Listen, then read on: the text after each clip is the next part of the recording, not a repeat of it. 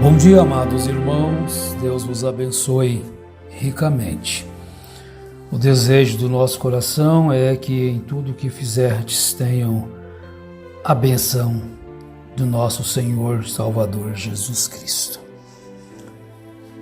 Bem, o nosso assunto é um pouco polêmico, né? Como sempre. Sempre tem as pessoas que não vão concordar, isso é normal, é ficar em silêncio. Ficar em silêncio. Devemos falar ou nos calar? É uma pergunta que vai ter respostas diferentes, né? Aqueles que se sentem incomodados com a verdade vão dizer que devemos nos calar. E aqueles que amam a palavra de Deus vão dizer que não, devemos continuar. Mas a Bíblia diz que nós devemos continuar falando. Quando Jesus entrou lá em Jerusalém, na entrada triunfal de Jesus, eles estavam cantando, né? Hosana nas alturas e dizendo, louvando a Deus. Então nós também devemos ter consciência de que se aquilo que falamos está louvando a Deus. Se estiver louvando a Deus, continuemos. Mas se estiver fora da palavra, então deve-se parar. Quem deve parar é quem está contra a palavra de Deus, em todos os sentidos. Então aqueles fariseus disseram para Jesus, é o verso 39 de Lucas 19 que eu vou ler: repreende os teus discípulos. Respondeu-lhes Jesus, digo-vos que se estes se calarem, as próprias pedras clamarão. Bom, sempre haverá uma voz para protestar contra as injustiças, os erros, as falsas doutrinas, os falsos ensinamentos. Sempre haverá. No tempo certo, Deus levanta alguém para fazer isto. Se nós observarmos a história desde o princípio de Israel, quando o povo estava indo na obediência à palavra, estava tudo bem. Mas logo eles saíam dos ensinos deixados por Moisés. É bom observarmos isto, que aqueles profetas que levantavam eram simplesmente para levar o povo de volta a que Moisés falou, ao que estava escrito, né? E as pessoas então se revoltavam contra eles. Mas Deus dizia a eles para continuar. Nós encontramos Jeremias. Jeremias não tinha uma mensagem dele, ele tinha a mensagem de Moisés.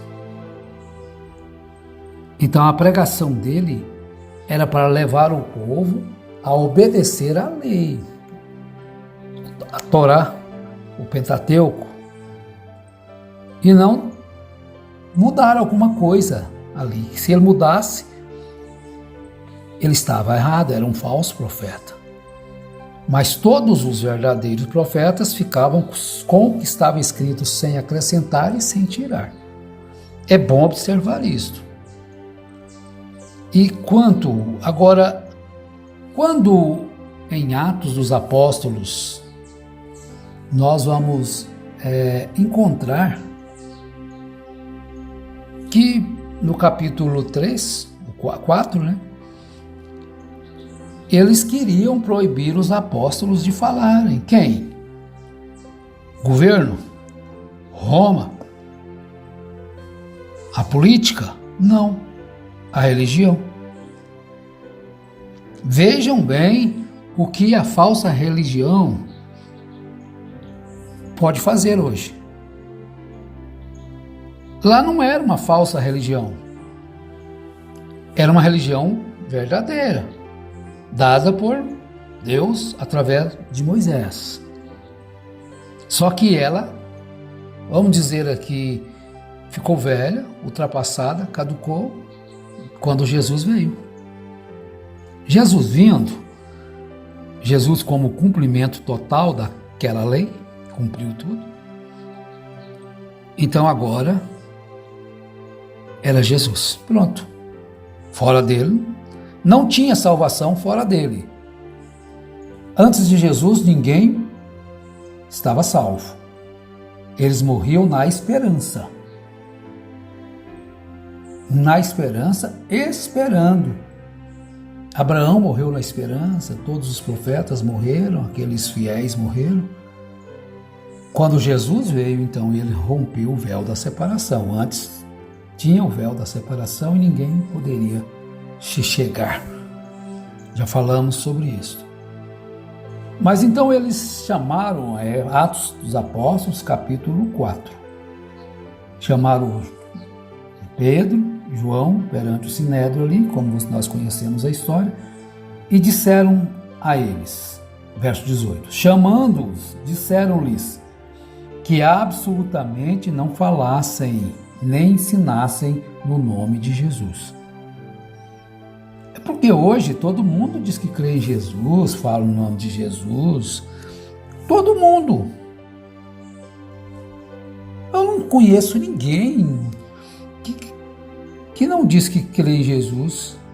Eu, por exemplo, não conheço todo mundo. Você chega em todos os jogadores, você chega em todos os ladrões, em todos os homicidas, todos eles falam de Jesus. Então se tornou em vão, chamando o nome de Deus em vão.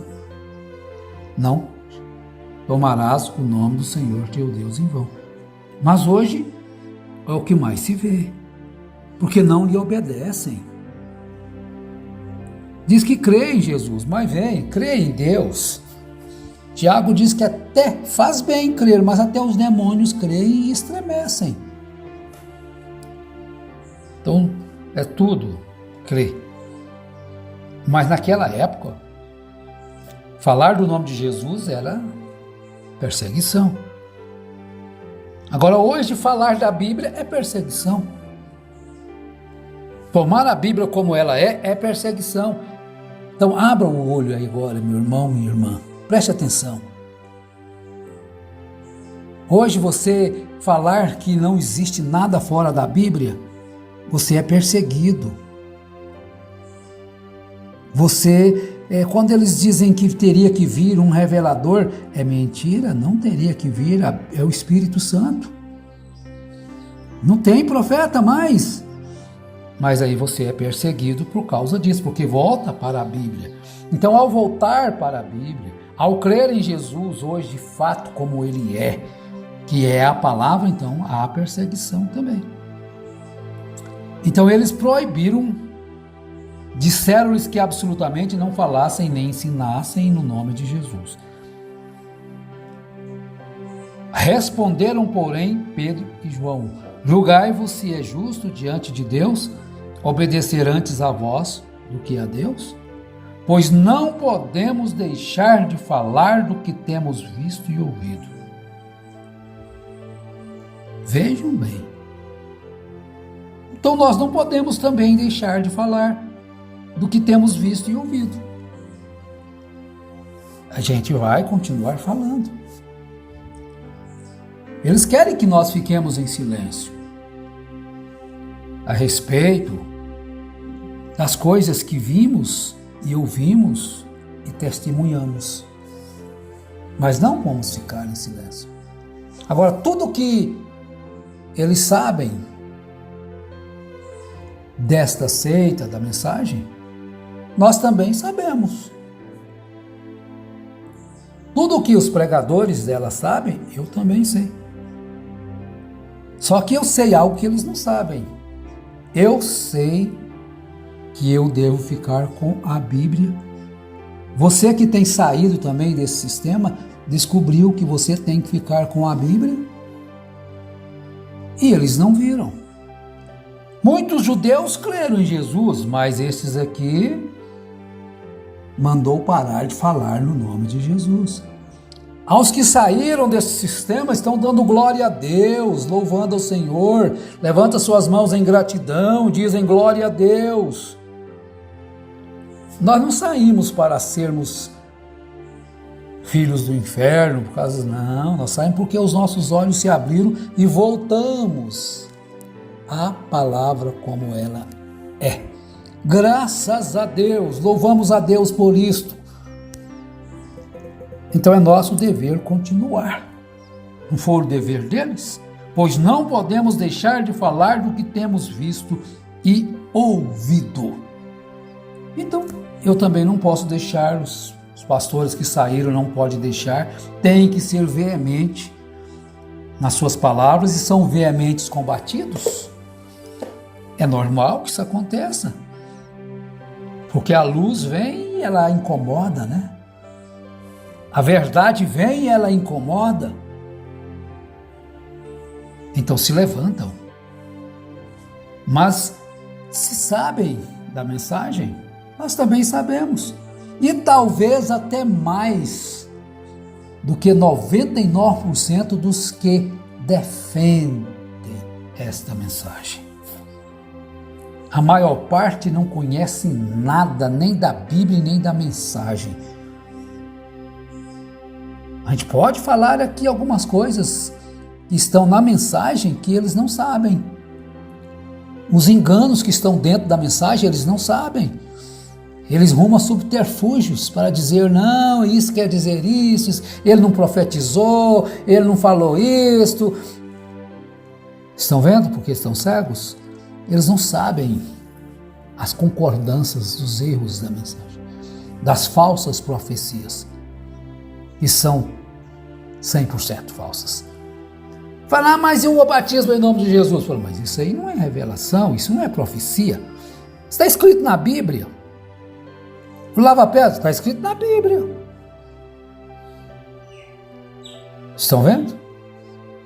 Essas duas coisas vão acabar, mas isso é revelação? Não, está escrito.